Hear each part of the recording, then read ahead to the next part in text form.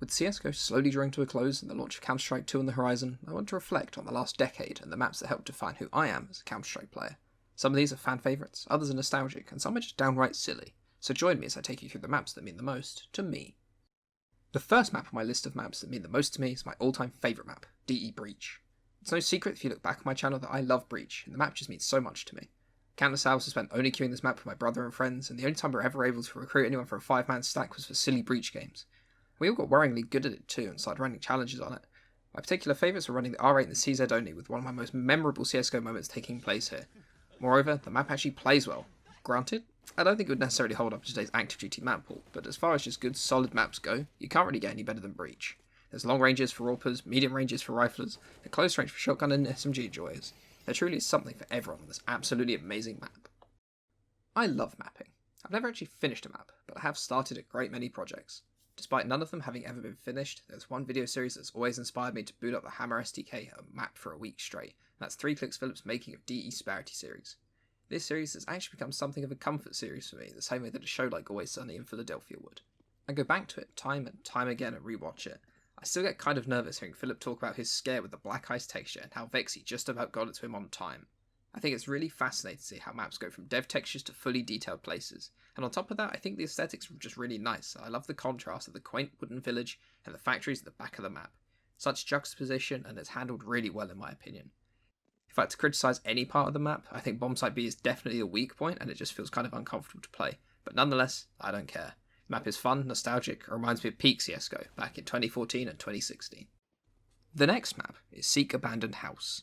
This map has hosted many a silly evening with the squad, finding silly spots, running around the map and not actually hiding, sitting on the roof of the zombie hut. I could go on.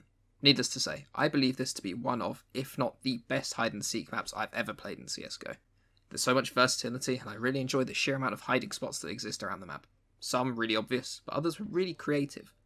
I especially enjoyed this hiding spot. That's a hiding spot within a hiding spot. It's great. This map has lots of silly nostalgia attached to it, and I hope that it doesn't break in any way from the shift from CSGO to CS2.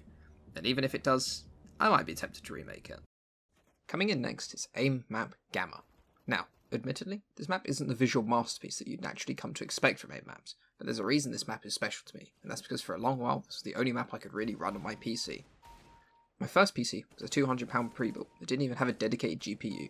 I remember playing CSGO at 1024x768 just to squeeze as many frames as I could out, and even then my FPS maxed out at 25 on the original version of Dust 2. So instead of playing ranked, I stuck to playing games with bots on this dev textured map. It's complex enough to be interesting, but simple enough that I could get over 40 FPS while playing. Don't get me wrong, this doesn't sound at all impressive, but as anyone who has had to play at such low frame rates will tell you, it was honestly night and day. Some fun features of the map include these side passageways, these hidden holes in the walls, these doors that open, and finally this room in the middle of the map that gives you a golden knife and a Zeus. Overall, this map is just quite nostalgic to me, and while I haven't needed to boot it up in a long time, it still holds a special place in my heart. Going back to what I said for Abandoned House, this map is another that's many silly memories attached to it. As far as minigame maps go, it's not exactly the most impressive, but it's what we had at the time and we still continue to use to this day. The premise is simple, with the first to race up this ladder and into this hole. The first to do so gets to pick which minigame you play. This map comes bundled with a few copyright songs, so I have to keep them muted, but here are some of my few favourite minigames from this map. This knife game mode where the blocks slowly disappear as you stand on them, last one alive wins. This pistol game mode where you pick a pistol in the spawn and then fight your way down the slope, ducking behind cover, and again, last to survive wins. And finally, this Scouts Knives game where the gravity is increased and this weird filter is placed over everything, making everything look shiny and distorted. The other game modes are Grenade Holes, Headshot, Wall Hacks, AWP, Elevator, Aim Tower, and Creeper. Before I get into the last map, I'd like to quickly include some honourable mentions. DE Cobble for hosting my oldest but slightly tragic memory of CSGO. I was Silver 2 and my friends had invited me as a fifth to play with them, but they were all top end of Silver and Gold Nova at the time, and I remember running down what is now Long at B and they vote kicked me for being too shit. Good times. Moreover, I find the changes to this map over the years to be particularly interesting, such as the CT sniper room, the water in A main, the old windy route to B, how open Bombsite B was, or just how different the drop room used to be. DE Mirage needs no introduction, but it belongs on this list regardless. It's simple, it's overplayed, but it's where the CSGO community seem to deem home to be. I've played more hours of Mirage than I care to admit, but it's still, mostly, fun. Personally, my favourite spots are Short B with a nice smoke combo, and I like jumping out the window into Connector at the start of a round. I also like the amount of spots you get stuck or just levitate around the map, but honestly, I think it needs a bit of a facelift. Here's hoping that CS2 gives it a breath of fresh air. My final honourable mention goes to my second favourite map ever added to Scrimmage, Deep Mutiny. I love the pirate aesthetic, the fact that the pirate ship fires when the bomb explodes, creative bomb site design, and the amount of vertical usable space there is.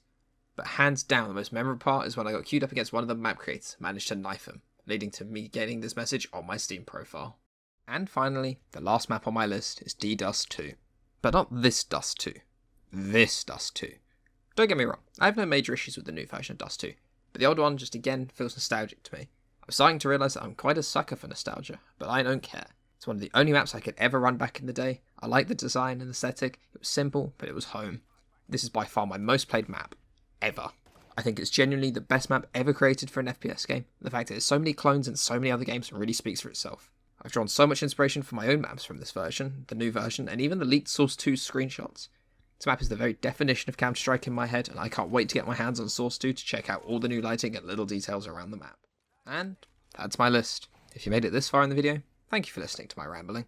The purpose of this video is to preserve the memory of some of these maps, as some of them risk falling into complete obscurity, breaking, or just outright being unplayable with the launch of Counter-Strike 2. The thing is, nobody really knows, but that wasn't a risk I wanted to take. I hope they all carry over and we continue playing them for a great many years to come.